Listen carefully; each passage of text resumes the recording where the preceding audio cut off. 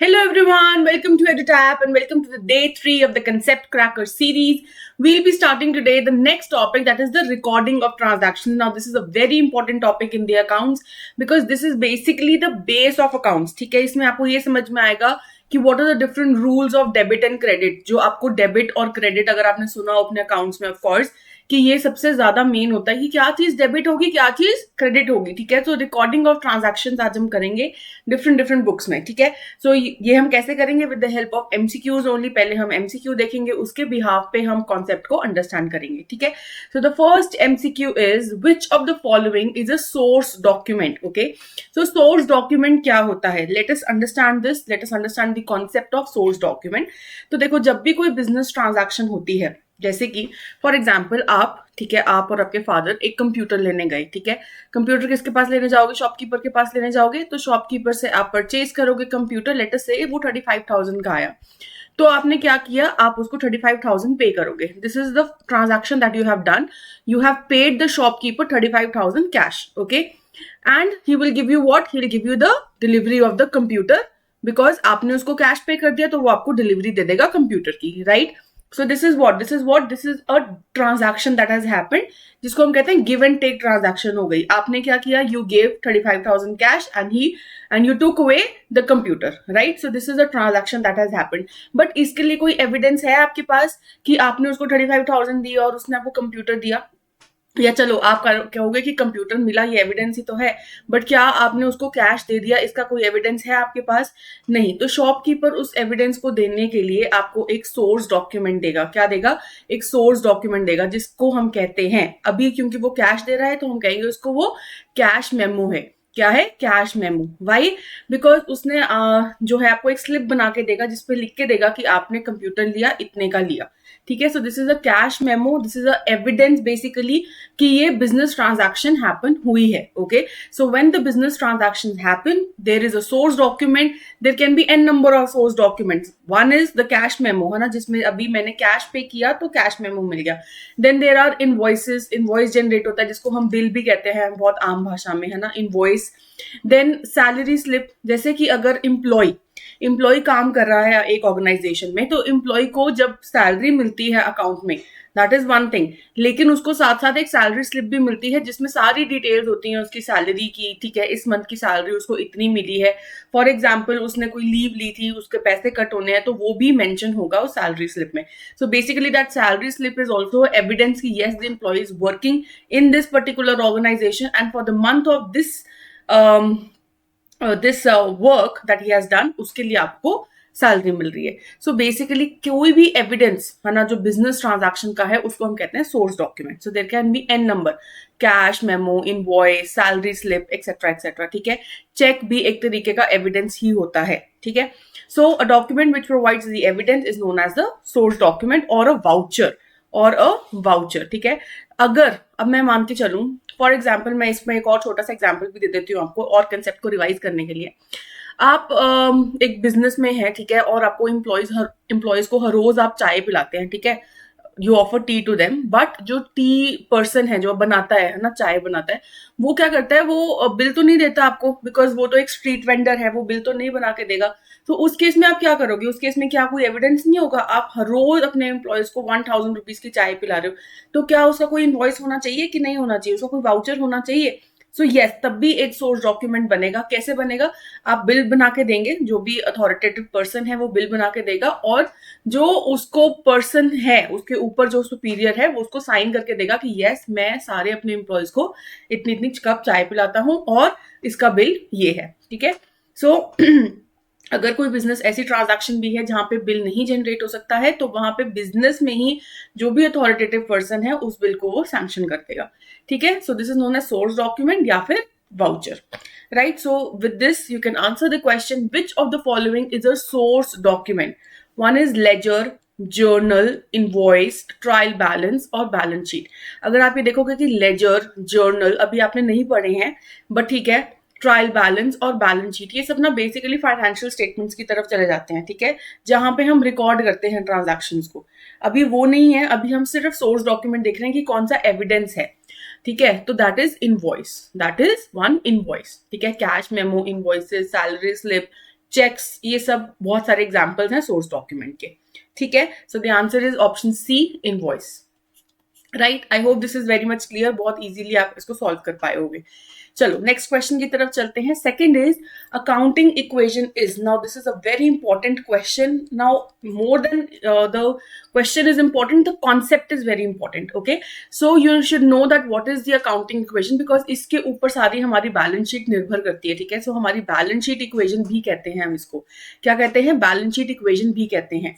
What is a balance sheet, will tell you later, ठीक है। Although मैंने आपको फर्स्ट क्लास में बताया था कि बैलेंस शीट क्या होता है, बट ठीक है, अगर अभी हम देखते हैं कि बैलेंस शीट इक्वेशन क्या है, उसके बाद मैं आपको समझाऊंगी भी कि ऑफ कोर्स बैलेंस शीट, आपके इनकम स्टेटमेंट्स क्या क्या होती है, ठीक है। चलो अकाउंटिंग इक्वेशन क्या है हमारी, कि assets is equal to liabilities plus capital.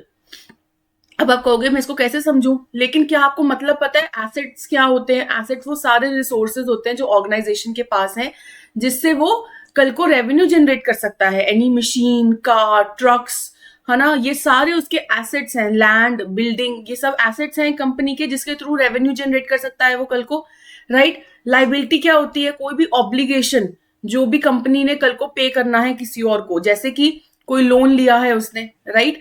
और कैपिटल क्या है, money invested by the owner itself, कि ओनर ने ही कितना पैसा इन्वेस्ट किया है अपने बिजनेस में, अपना पैसा। अब जो कैपिटल होता है आपको पता है कि वो अलग होता है ना, क्या कैसे अलग होता है, ओनर का पैसा अलग होता है जो वो बिजनेस में डालता है, ये पता है हमें कि नहीं। दैट इज ऑल्सो, तभी हम कहते हैं capital is also part of liability only, because capital भी लाइबिलिटी है एक बिजनेस के लिए, बिकॉज बिजनेस को वो पे ऑफ करना है, राइट। तो अब asset is equal to liabilities plus capital, ये हमें कैसे समझ में आएगा, वो कहते हैं कि कोई भी रिसोर्स है बिजनेस के पास, दैट इज अगर फॉर एग्जाम्पल कोई लैंड है, कोई कार है उसके पास, अगर कोई भी एसेट है तो या तो उसको बिजनेस ने लाइबिलिटी पे लिया है, दैट इज कोई लोन पे लिया है, उधार पे लिया है, या फिर ओनर ने अपना पैसा इन्वेस्ट किया तभी वो लेके आ पाया है, राइट। या तो ओनर अपना पैसा लगाएगा तो ही वो कोई एसेट लेके आ पाएगा, कैश पे लेके आ रहा है या जिस मर्जी बेसिस पे लेके आ रहा है, लेकिन अपना पैसा लगा रहा है तब लेके आ रहा है, या फिर उसने वो उधार पे लिया है। So this is the basic मतलब here of assets is equal to liabilities plus capital, कि अगर कोई भी एसेट है, कोई भी रिसोर्सेज है, तो या तो वो लाइबिलिटी के थ्रू आया है या फिर वो कैपिटल के थ्रू आया है। That is why assets, whatever will be the value of the assets will be equal to liabilities plus the capital, right? So this is A is equal to L plus C. इसको आप बहुत आसानी से याद कर सकते हो अब, और मुझे लगता है कोई कंफ्यूजन आपको नहीं होनी चाहिए। एग्जाम्स में आपको जब अकाउंटिंग इक्वेशन पूछेंगे तो वो ऐसे भी पूछ सकते हैं, asset minus liabilities is equal to capital. क्या मैं इसको कह सकती हूँ कि ये अकाउंटिंग इक्वेशन है? Of course yes. क्या किया है, सिर्फ एक मैथमेटिकली उसने एल को इधर शिफ्ट कर दिया है, ठीक है। Asset minus liability is equal to capital, and vice versa बहुत सारे सिचुएशन बन सकती है ना इसके साथ, asset minus capital is equal to liabilities. तो आपको ये ध्यान में रखना है कि कैसे आपको अकाउंटिंग इक्वेशन दे रखी है, ठीक है। This is also known as the balance sheet equation. Why? Because see balance sheet में ना आपके एसेट्स आते हैं, आपके पास लाइबिलिटीज आती हैं, आपके पास कैपिटल आता है, ठीक है। इन 3 हेड्स के ऊपर आपका सारी बैलेंस शीट बनती है। कैसे बनती है बैलेंस शीट? अगर मैं ऐसे टी टेबल में बनाऊं तो on the left hand side we write the liability side, ठीक है। On the liability side only, in this only there is a subhead known as capital, ठीक है, one main subhead that is the capital, and on the right hand side we write all the assets. So that is why अगर आप इसको balance sheet equation पे देखो तो liability plus जो भी इसका कैपिटल है, ठीक है, whatever will be the separate liabilities plus the main head of capital will be equal to the assets, will be equal to the assets. I hope this is very much clear, okay. Now अब आप देखो कि आप answer कर पा रहे हो इस क्वेश्चन को कि नहीं। नाउ यू टेल मी, अभी फटाफट से देखो कि कौन सी अकाउंटिंग इक्वेशन है जो बिल्कुल सही बैठ रही है। Asset is equal to capital minus liability, no, it should be plus here, right. Then B, asset is equal to liability plus capital. देखो यहीं पे हमें अपनी अकाउंटिंग इक्वेशन मिल गई है, right. Asset is equal to liability plus capital, so the answer should be option B, ठीक है। बाकी सारी ऑफ कोर्स गलत है, सिर्फ ऑप्शन बी जो है वो सही है। So the answer is asset is equal to liability plus capital. I hope this is very much clear. Again ये बहुत इंपॉर्टेंट है, अगर नहीं समझ में आएगा तो कमेंट सेक्शन में जरूर लिखना कि हाँ ये वाला पॉइंट जो है उसको हम दोबारा कंसीडर करेंगे। Third, okay, increase in asset is credited, debited, ignored, recorded later और बैलेंस। सी अब फिर से एक बहुत ही इंपॉर्टेंट कॉन्सेप्ट इसके साथ अराइज होता है, the concept of rule of debit and credit. Okay, कि क्या चीज डेबिट होगी, क्या चीज क्रेडिट होगी। ठीक है, तो इसको हम पढ़ते हैं और बहुत पे अटेंशन कि कैसे इस रूल को आप समझेंगे, डेबिट एंड क्रेडिट को। देखो, जब भी आप अकाउंटिंग इक्वेशन बनाते हैं तो थोड़ी सी ना हमने ट्विस्ट करी है अकाउंटिंग इक्वेशन को। देखो, asset is equal to liability plus capital, ये तो हम पढ़ ही चुके हैं, ये हम पढ़ ही चुके हैं। सो इसके साथ थोड़ी सी अगर मैं इम्प्रोवाइजेशन करूं तो this is also known as also the you can say the accounting equation is when we also club the income statement, that is asset plus the expenses, asset plus expenses will be equal to liability plus capital plus revenue. Do you understand this? Basically na our whole accounts is divided into 5 categories. Asset, liability and capital, ये तो हमें पता ही है, asset, liability and capital, ये 3 main heads तो हमें पता ही है. Next is expenses, whatever expenses the business does, and next is revenue. Revenue is कि कहाँ से पैसा जनरेट भी तो हो रहा है, सेल हो रही है गुड्स की, कुछ इंटरेस्ट मिल रहा है, तो कहीं से पैसा रिसीव भी तो कर रहे हैं. सो these are the 5 main categories जहां से हम रिकॉर्डिंग ऑफ ट्रांजैक्शन सीखेंगे. सो एसेट, लाइबिलिटी, कैपिटल आपको पता है, 2 और हैं, एक्सपेंसेस और रेवेन्यू. इसको आप कैसे देखते हो? एसेट प्लस एक्सपेंसेस, ठीक है, will be equal to liability plus capital plus revenue. ठीक है, इतना समझ में आया? These are the 5 categories. Now अब इसको आप मान के चलो that this is the left hand side. ठीक है, and this is equal to के बाद ये सारी हमारी राइट हैंड साइड है. क्या मैं इसको लिख लूं ऐसे? ये हमारा LHS हो गया, ये हमारा RHS हो गया. ठीक है, नाउ जब भी इंक्रीज होगा on the left hand side, asset increase हो रहा है या फिर एक्सपेंस इंक्रीज हो रहा है, एसेट इंक्रीज हो रहा है या फिर एक्सपेंस इंक्रीज हो रहा है, तो वो डेबिट होगा, तो वो डेबिट होगा. राइट हैंड साइड पे जब भी इंक्रीज हो रहा है, सिर्फ इंक्रीज की बात कर रही हूं मैं भी, लाइबिलिटी इंक्रीज हो रही है, कैपिटल इंक्रीज हो रहा है या फिर रेवेन्यू इंक्रीज हो रहा है. ठीक है, या तो लाइबिलिटी इंक्रीज हो रही है या फिर कैपिटल इंक्रीज हो रहा है या फिर रेवेन्यू इंक्रीज हो रहा है, तो वो सब क्रेडिट होगा. ओके, इसका मैं एग्जांपल लेती हूँ. अब अगर आपका एसेट इज फॉर एग्जांपल आपने कोई न्यू मशीन बाय करी, क्या बाय करी? एक न्यू मशीन बाय करी, तो एसेट जो है वो इंक्रीज हो गया, न्यू एसेट आया in the business, so your assets gets increased. So when your asset increases, this account, machine account, will get debited. Right now we are just talking about the increase part. Okay, then for example आपने कोई expense किया. What kind of expenses? You paid a salary. You paid a salary to your employee. So in that case, this salary account, because you have paid this is an expense. Expense has been increased because you have paid. So when the expense is increased, this is also debited. Okay, so here when the asset account increases or the expense account increases, it gets debited. Okay, now let us move to the right hand side, that is liability, capital and revenue. One is the liability. ठीक है, when you took a loan of let's say 1 lakh rupees. So basically you took a loan, the obligation to pay this has risen. So loan से क्या हुआ? Liability बढ़ गई, you have to pay it now. So liability बढ़ी, तो loan account जो है वो आपका क्रेडिट होगा, it will be credited. Okay, did you understand this? So liability जब इंक्रीज होगी तो वो क्रेडिट होगी. नेक्स्ट है आपका कैपिटल. ओनर पैसा लेके आया बिजनेस के अंदर, दैट मीन्स ओनर ने कुछ नया पैसा या ओनर ने पैसा इन्वेस्ट किया, late us say 5 lakh rupees, तो owner has invested. So in that case the capital account because owner जब इन्वेस्ट करता है सो कहते हैं capital, so capital account will be credited. Then revenue is what? Basically जब भी आपको पैसा रिसीव हुआ ऑर्गेनाइजेशन में, जैसे कि रिसीट ऑफ इंटरेस्ट, आपने कोई FD में डिपॉजिट किए थे पैसे, आपको इंटरेस्ट मिल रहा है उसके ऊपर, तो पैसा जनरेट हो रहा है, रेवेन्यू अर्न किया आपने. So interest account will be credited because revenue account आपका इंक्रीज हो गया. वैसे ही सेल क्या आपका रेवेन्यू है? यस, जो sale of goods and services है, वहां से आप पैसा जनरेट करोगे, जब सेल करिए तो पैसा आएगा. So sale account will be credited. Do you understand this? Do you understand all of this? अभी हम सिर्फ बात कर रहे हैं जब ये सारे अकाउंट्स इंक्रीज कर रहे हैं. ठीक है, अब जब ये डिक्रीज करेंगे तो वाइसा वर्सा होगा. अगर मशीन अकाउंट डिक्रीज कर रहा है, मतलब मशीन बेच दी आपने, so in that case it will be credited. ठीक है, सैलरी जो है, जैसे ये एक्सपेंस था, फॉर एग्जाम्पल मैं इसमें बात करती हूँ purchase and goods and services की, ठीक है। उसमें क्या होता है, आपके एक डेटर अकाउंट होता है, ठीक है। डेटर अकाउंट, परचेज किया आपने कुछ, लेकिन चलो इसको और सिंप्लीफाई करते हैं। आपने कुछ परचेज किया, ठीक है। नाउ गुड्स जो है वो वापस आ गए।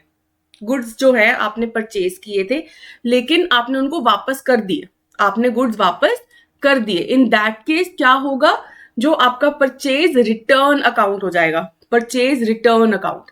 Okay, purchase return will be credited. Do you understand this again? तो आपने ये समझना है कि कौन सा अकाउंट कब डेबिट होगा, कब वो क्रेडिट होगा। सिमिलरली लोन जो है पे ऑफ कर दिया तो वो डेबिट होगा, डिक्रीज हो जाएगा। लोन पे ऑफ कर दिया तो लोन अकाउंट डिक्रीज हो जाएगा, डेबिट हो गया। कैपिटल अकाउंट, अब कैपिटल का बेसिकली होता है कि कैपिटल मनी इन्वेस्ट किया बिजनेस में तो वो हमने इंक्रीज कर दिया। अगर आप पैसा वापस निकाल लो बिजनेस से, पैसा जो है वो वापस निकाल लो, तो क्या होता है, ड्रॉइंग्स होती हैं। अभी इसको बहुत ज्यादा इंक्रीज मत करो, है ना, ठीक है, इसको हम छोड़ देते हैं। देन ऑफ कोर्स अगर कोई और है, जैसे आपके रेवेन्यूज हैं वो डिक्रीज हो गए बिकॉज सेल रिटर्न हो गई, या फिर है ना सेल रिटर्न हो गई, तो इन दैट केस क्या होगा, वो क्रेडिट हो जाएगा। इन दैट केस वो क्या हो जाएगा, डेबिट हो जाएगा, सॉरी, क्योंकि ये डिक्रीज हो गया ना आपका। हेंस तो आपको ये समझ में आना चाहिए, जब भी इंक्रीज होगा तो डेबिट होगा, जब डिक्रीज होगा आपका लाइबिलिटी, कैपिटल या रेवेन्यू, तब वो डेबिट होगा। आई एम सॉरी, जब भी डिक्रीज होगा आपका लाइबिलिटी, कैपिटल या रेवेन्यू, तब वो सब डेबिट होगा, ठीक है। वाइसा वर्सा, अभी सिर्फ आप इंक्रीज का समझोगे तो फिर आप वाइसा वर्सा अपने आप कर पाओगे, ठीक है। Now this is basically here, if you can understand this again, asset is जब इंक्रीज हो रहा है तो डेबिट, एक्सपेंसेस जब इंक्रीज हो रहे हैं तो डेबिट, ठीक है। जब लाइबिलिटी इंक्रीज हो रही है, इनकम रेवेन्यू इंक्रीज हो रहा है, या इक्विटी या कैपिटल जिसको हम कहते हैं वो इंक्रीज हो रहा है, तो वो सब क्रेडिट होगा, ठीक है। नाउ वाइस वर्सा, जब ये सब डिक्रीज हो रहा है, जब एसेट आपका डिक्रीज होगा तो क्रेडिट होगा, ठीक है। एक्सपेंस अगर आपका डिक्रीज होगा तो क्रेडिट होगा, ठीक है। जो एसेट और एक्सपेंसेस है वो साइड बाय साइड चलते हैं साइमल्टेनियसली। बाकी लाइबिलिटी, रेवेन्यू एंड कैपिटल, ये आपका जब डिक्रीज होगा तो वो डेबिट होगा। आई hope this is very much clear, right. चलो, on the similar lines, now you do this question. Increase in asset is, so asset is on the left hand side, है ना, asset and expenses, this is on the left hand side. यहाँ पे liability plus capital plus revenue आता है. So on the left hand side जब भी कुछ increase करता है तो वो क्या होता है, debit होता है. So answer will be option B. It will be debited. It will be debited. Next, question number 4. Owner brings cash into the business. Owner is bringing cash into the business. What would be the effect? Now you know when the owner brings cash into the business, this is known as the capital. This is known as the capital. So when the capital is basically entering into the business, then capital increases. The capital increases, right? So when the capital increases basically, so then see here, asset decreases, capital decreases, ये तो बिल्कुल नहीं होगा, capital decreases. Now asset increases, capital increases. This is one thing that we can think of, है ना. और liability decreases, चलो देखते हैं. देखो, लाइबिलिटी डिक्रीज भी नहीं करेगी बिकॉज जब कैपिटल इंक्रीज करता है तो लाइबिलिटी भी बेसिकली बिजनेस की बढ़ती है ना, तो ये भी गलत होगा. सो देखो, ए और सी में हम देखते हैं एसेट डिक्रीज करेगा कि एसेट इंक्रीज करेगा, ठीक है. Now when the capital increases, इसको समझते हैं. जब भी कैपिटल आपका इंक्रीज करता है तो of course 5 lakh rupees owner ने इन्वेस्ट किया, अब वो कहां जाएगा, उससे एसेट तो बढ़ेगा ना आपका, उसका एसेट से बढ़ेगा कि नहीं. So your asset also increases by 5 lakh. Okay, जब इसको आप उसमें डालेंगे अपने अकाउंटिंग इक्वेशन में, asset is equal to liability plus capital. So here liability 0 as of now. Asset कितना हो गया आपका, एसेट कितना है आपका, 5 लाख होगा कि नहीं होगा, right. And plus the capital is how much, 5 lakh right now invested by the owner, ठीक है. So this is how you make the table also, this is how you make the balance sheet also. और यहाँ पे आपको accounting equation से भी आपको clear हो गया कि देखो, जब भी कैपिटल आएगा तो ऑफ कोर्स एसेट आपका बढ़ जाएगा, right. Is this clear.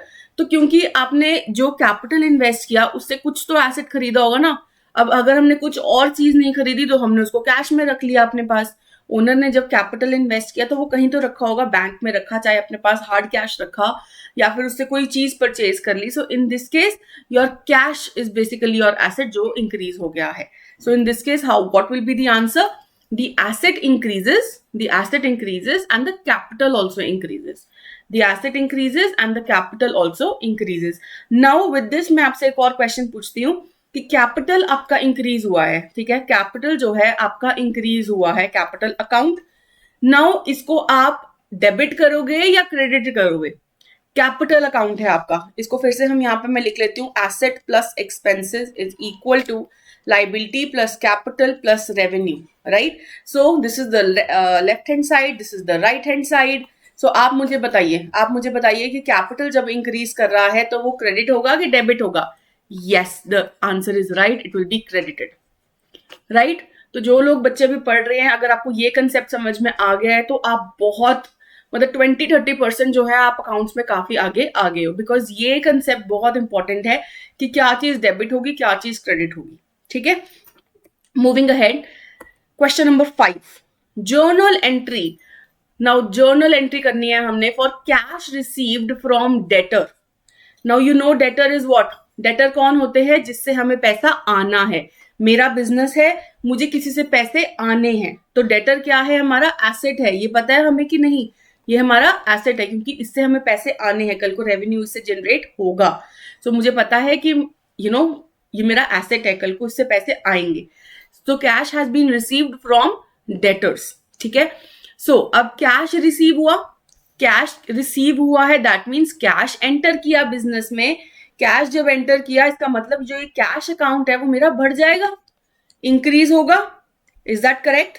Cash account जो है मेरा इंक्रीज होगा. लेकिन जो हमारा डेटर अकाउंट है, अब यहाँ पे आपको देखोगे समझ में आएगा कि जब मैं कह रही थी कि एसेट डिक्रीज भी होता है. ठीक है, डेटर अकाउंट है आपका, मुझे पता था कि इससे पैसे आने हैं, अब इसने पैसे दे दिए. अब इसने पैसे जब दे दिए तो ऑफ कोर्स जो ये डेटर अकाउंट है वो कम हो जाएगा.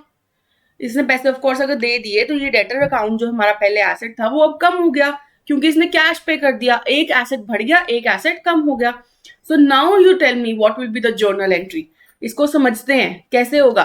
Late us see which two accounts are affected, cash account and debtor account. ये समझ में आ गया, दोनों ही हमारे एसेट अकाउंट्स है ना.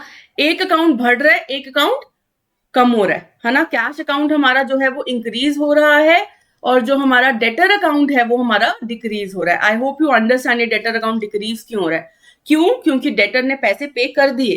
तो ये जो हमारा पहले एसेट था जिसने जब पे कर दिए तो अब तो और दोबारा पे नहीं करेगा ना वो, तो इसलिए वो कम हो गया. So now what will be the entry here? Cash account will be debited. Why? Because it has increased. When the asset increases, it will be debited. But when asset only, because debtor भी आपका asset ही है, वो decrease हुआ तो वो credit होगा. तो journal entry क्या होगी आपकी?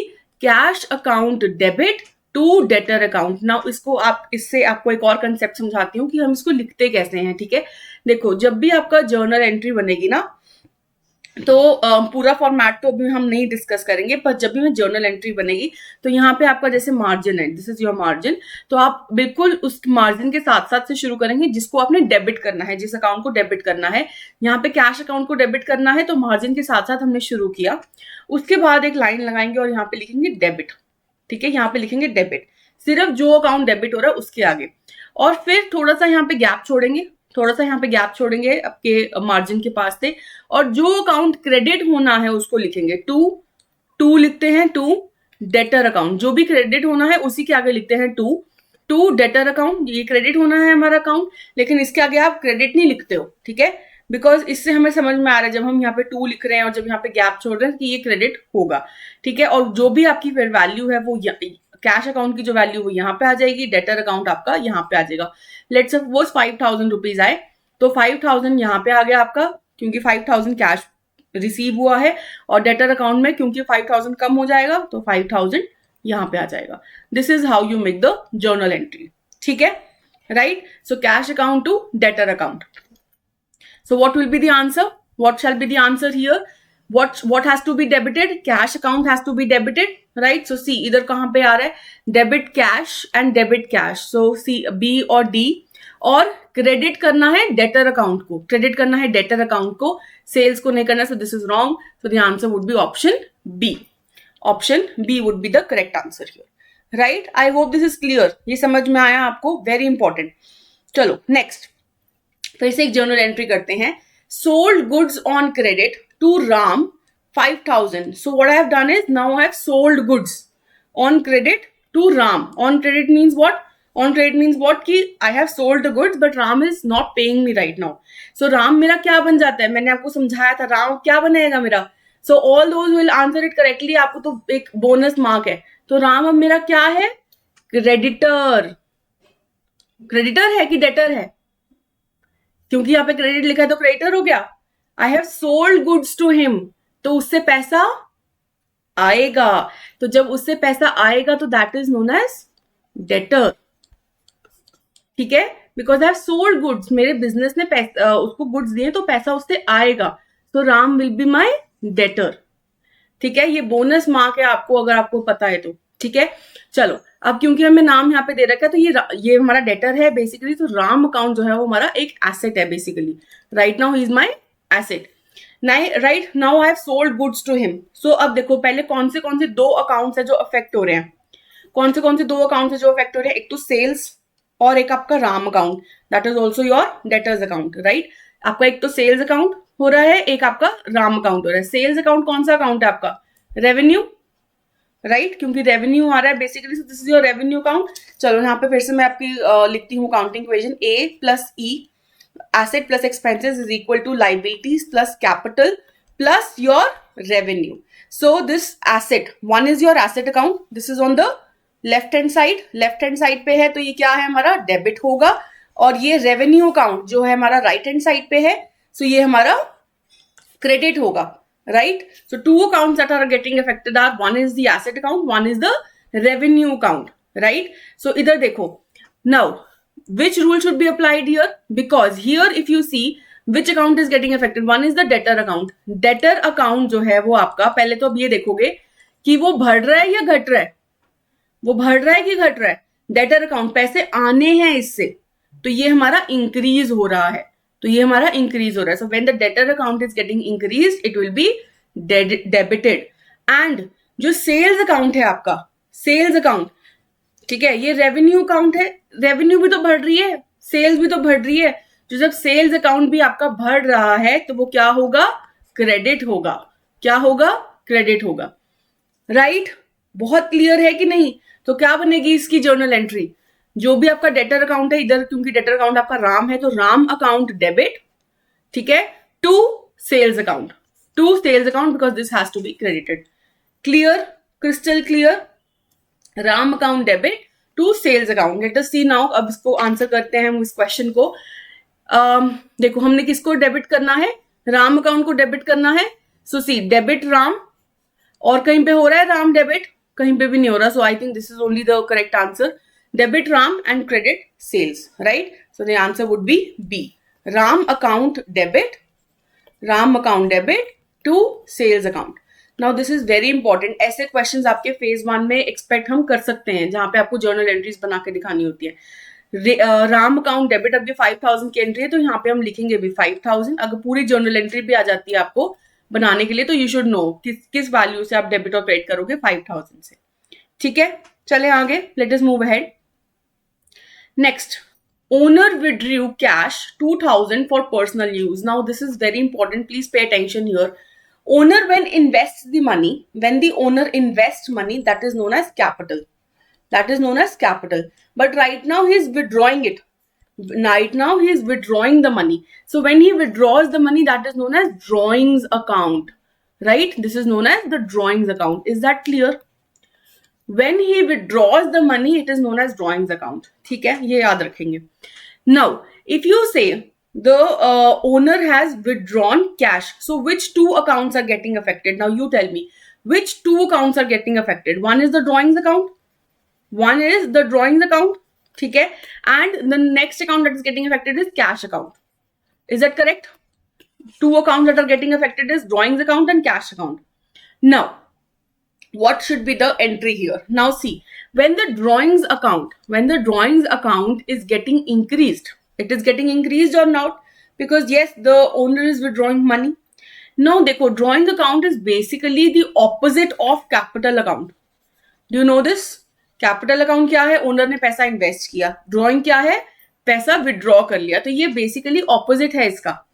तो अगर हम कहते हैं कि कैपिटल इंक्रीज करता तब जब ओनर ने पैसे इन्वेस्ट किए, तो कैपिटल डिक्रीज कब करेगा? जब ओनर ने पैसे विड्रॉ करे.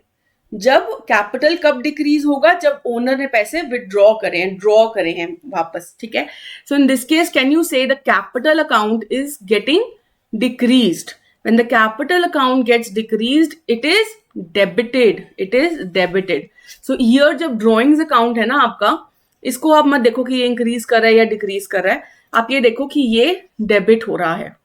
क्यों हो रहा है? Because इधर जो capital account है वो decrease हो रहा है, लेकिन नाम जो आएगा वो drawings account का आता है. याद होगा ये? समझ में आया? रोट लर्निंग नहीं करनी है, अंडरस्टैंड करना है.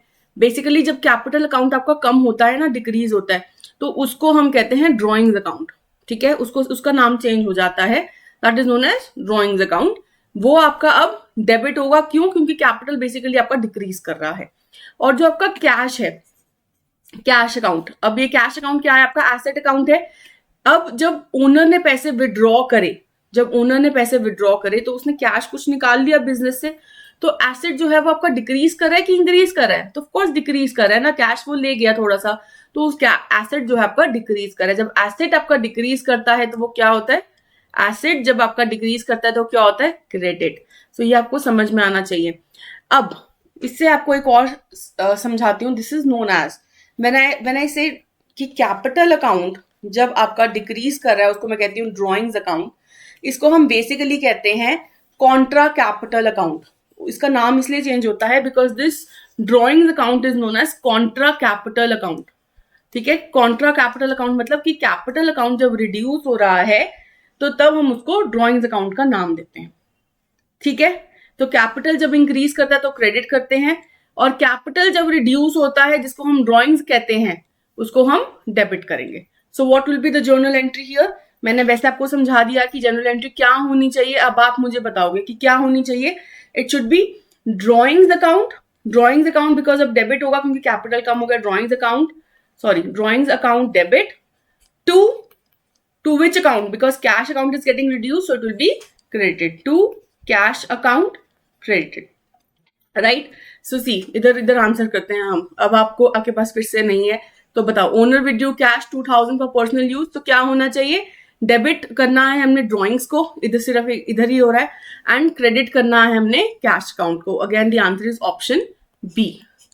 Debit drawings and credit cash. So the answer should be option B. यहाँ पे ये गलत लिखा है. दिस शुड बी बी पक्का से. ठीक है. बी होना चाहिए. Debit drawings and credit cash. ठीक है. Next, goods returned by customer. Goods have been returned by customer 1000. Now देखो, गुड्स जो हैं आपने बेचे होंगे, सेल किया होगा, लेकिन कस्टमर ने रिटर्न कर दिया. गुड्स जो हैं आपने सेल करे होंगे बट कस्टमर ने रिटर्न कर दिया, तो that is known as what? Sales return. This is known as what? Sales return. Now देखो, जब आपकी सेल को हम कहते हैं रेवेन्यू अकाउंट. जब आपका रेवेन्यू इंक्रीज करता है तो आप क्या करते हो? क्रेडिट करते हो.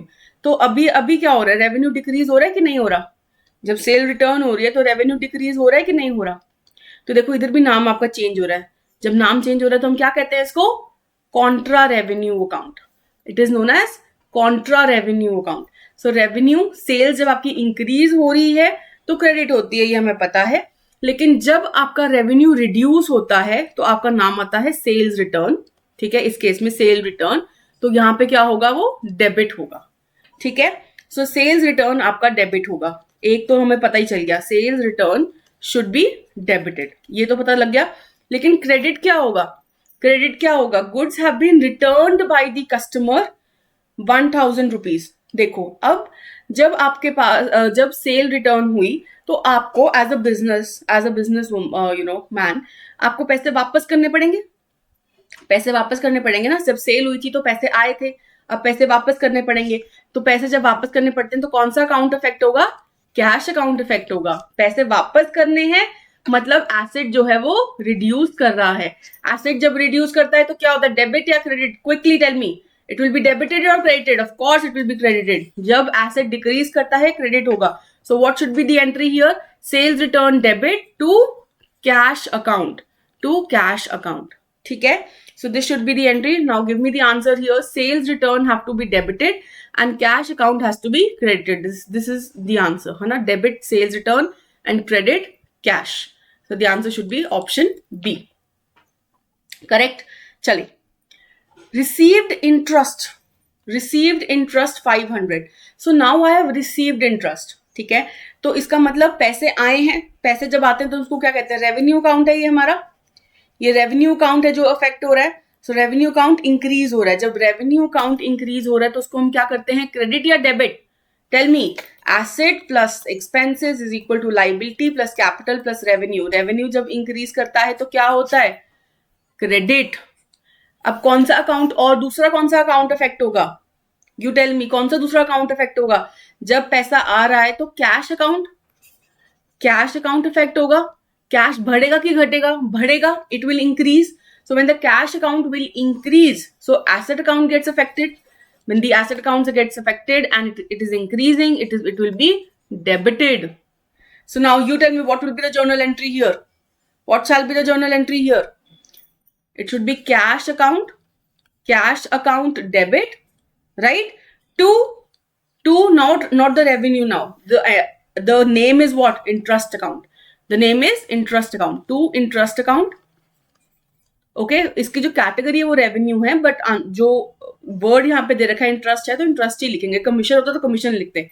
ठीक है, to interest account that should be credited with how much? 500 and 500 rupees. ठीक है, सो नाउ देखो इसमें कैसे होगा? Debit cash and credit interest. So सबका ये आंसर बी आ रहा है, credit interest, right? So the answer should be option B, right? या the same, option B. Moving ahead, this is your homework question. You have bought machinery for 50,000 for cash. What shall be the entry here? So write down in the comment section. Now this is very easy. मैं hint दे देती हूँ कौन से दो accounts affect हो रहे हैं. One is the machinery account and one is the cash account. ये दोनों accounts आपके affect हो रहे हैं. अब आप मुझे बताओ उसकी journal entry क्या होनी चाहिए. So best of luck everyone. Keep learning. और अगर कोई डाउट है आपको किसी डेबिट या क्रेडिट रूल में, तो आप नीचे कमेंट सेक्शन में जरूर लिखना है. Thank you so much. Keep learning guys. अच्छा,